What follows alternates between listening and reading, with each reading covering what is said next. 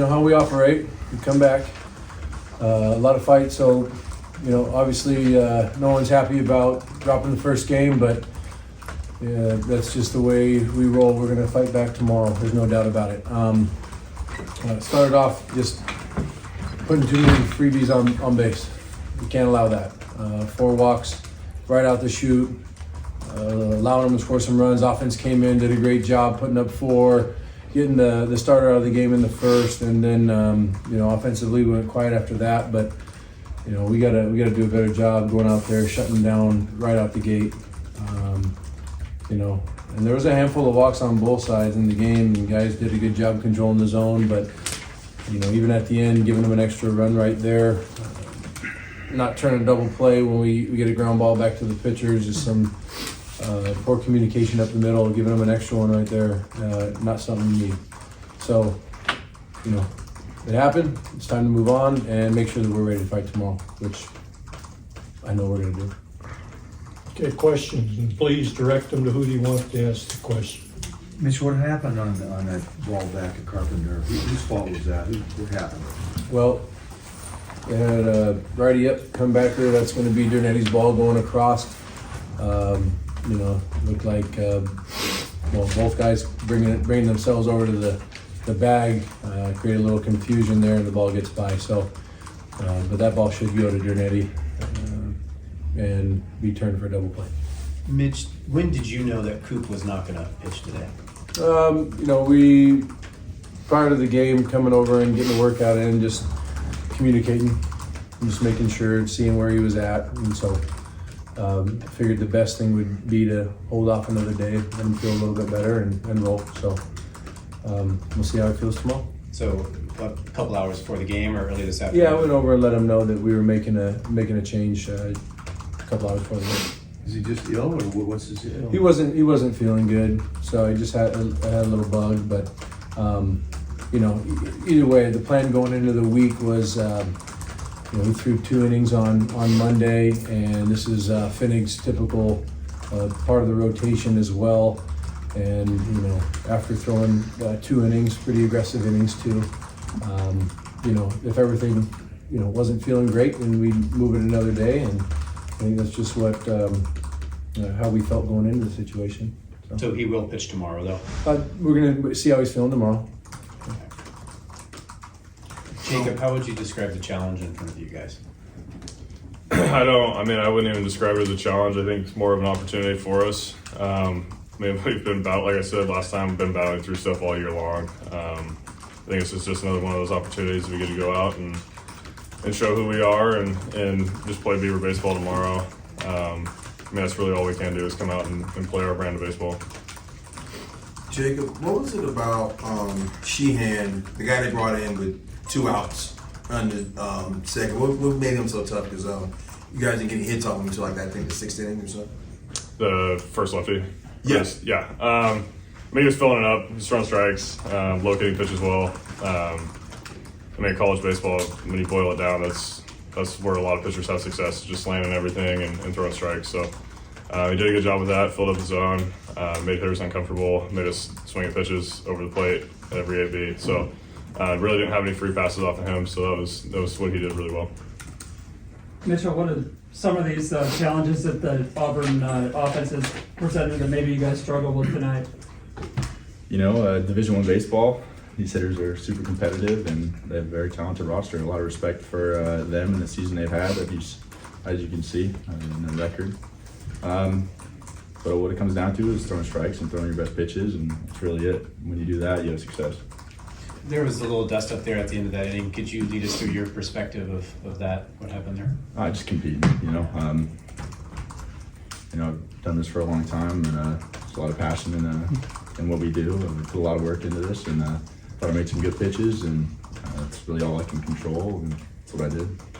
And also, it was a pretty gritty at bat. You guys went back and forth, I think like 8 pitches in that bat when you finally got the strikeout. What was that at bat like, particularly that moment? It still was a pretty close game. Like I said, that's passion. That's why you play. A lot of respect for Bobby. No disrespect towards him and my actions.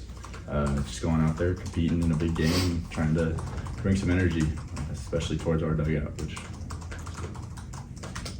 What was it, Mitch? What was the explanation after that? They talked to you for a while, umpires?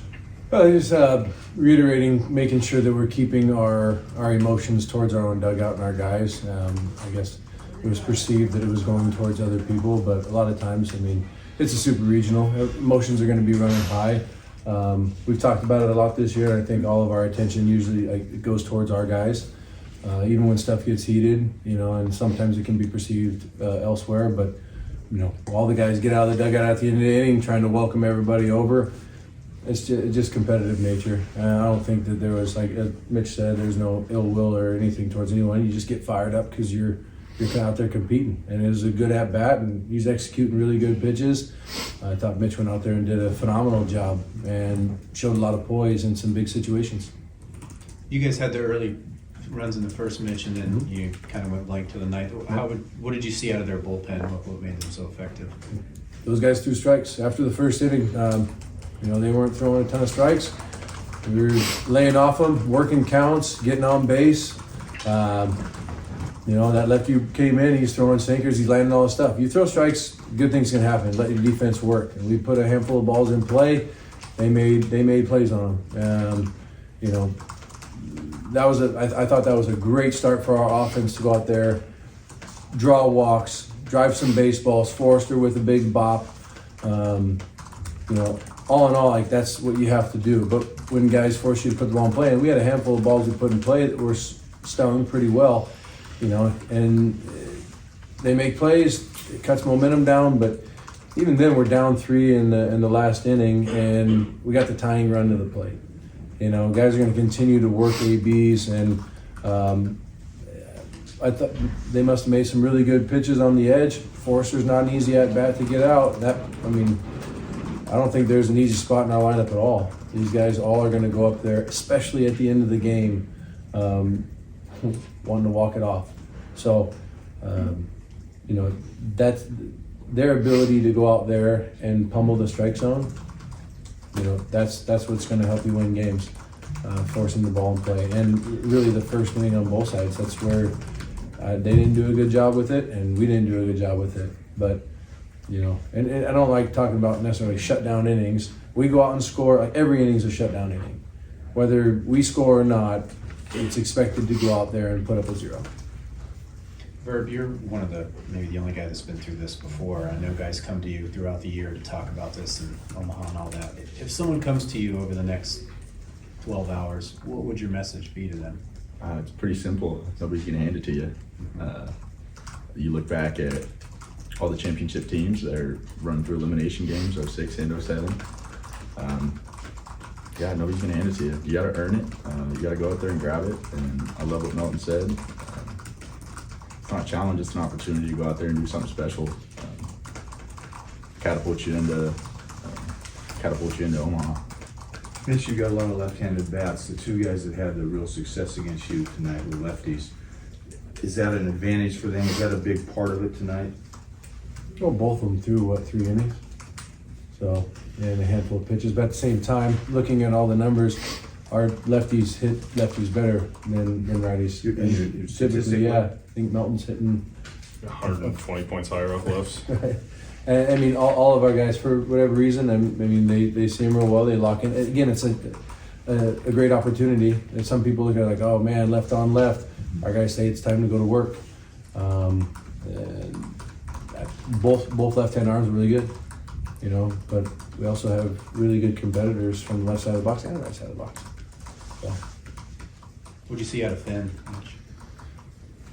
Just wasn't hitting his spots, and then saw a slider that hung up in the zone that needs to be down when you're in an advantage count like that. Left it up, and the guy gets a base hit to left off of it, right? And that's a situation when we throw a slider down, we execute pitches, we get outs. But we all know it. Anytime there's walks, it can drain energy on defense. But again, Fenn's just still trying to find that consistency. He had a really good outing last time. The time before that, it was a bit of a struggle. The time before that, it was really good. We've seen what he can do when he's on, and it's really good. That guy had a big gap in the year where he wasn't able to get out there and compete. So he's still trying to find that mix in there, but if this was the rough outing, we know what he's going to do his next outing. He's going to be dialed in. So I'm excited to see that one this year. Hey, just to be clear, so Coop was going through his warm up to get ready to pitch, and then he was sick. He got a little workout in today and Yeah. stuff, but he just was really under the weather. So Okay. we trust our medical staff on that one. And Yeah. again, it's like, hey man, you threw a couple on Monday, Yeah. so let's take it easy. We don't need to throw you out there and when you're not feeling your best. Okay, one more question. Mitch, you talked earlier in the week about how pitching and defense were big in the postseason. Some of the stuff that didn't go right, both pitching and defense wise tonight, were there's kind of some uncharacteristic stuff for your guys there? Yeah, I mean, expectations are always extremely high. We expect to fill up the zone. We don't like giving up any free bases. A good game, is of course a win, but we also look at those other ones and say, if there's any walks on the board, we're not happy, because our expectations are high. So if anytime there's a walk given up, a stolen base issued, a wild pitch, balk, anything like that, it's something that we expect better. We know that there's going to be situations where you're going to work counts. Guys like Boyd are going to go up and foul off a ton of pitches and work the at bat and go deep into it, and there might be a walk issued, but after something bad happens after a walk is issued, it's expected to go out there, get the ground ball, and take care of business, not let one turn into two. So, that's why our guys train extremely hard. No one wants it. No one sits there and thinks, oh, I better not walk him right here. They're going out there to execute pitches. So it just comes with, all the little things, filling up, not trying to get too fine and trying to work the edges too much. And it's like, be encouraged to go attack the bat. Want them to put the ball in play. There might be situations, runner on third, less than two, and you're going for a big punch out, and you're going to expand a little bit. Maybe not necessarily worrying about issuing a walk in that situation. Get the guy to chase. But, all those other times, you should be like attacking the zone and wanting them to swing. I do like the philosophy of 3 pitches or less. Get it going. See, if you're going to throw 9 innings, you have to be really efficient. You got to go out there and fill it up quick and get them to put the ball in play, get quick strikeouts. But when you're, moving it around a little too much, especially for a team that's what they did last week in the regional. They drew a ton of walks. So we got to make sure that we're doing what we've always done, attacking 0-0s and 1-1s.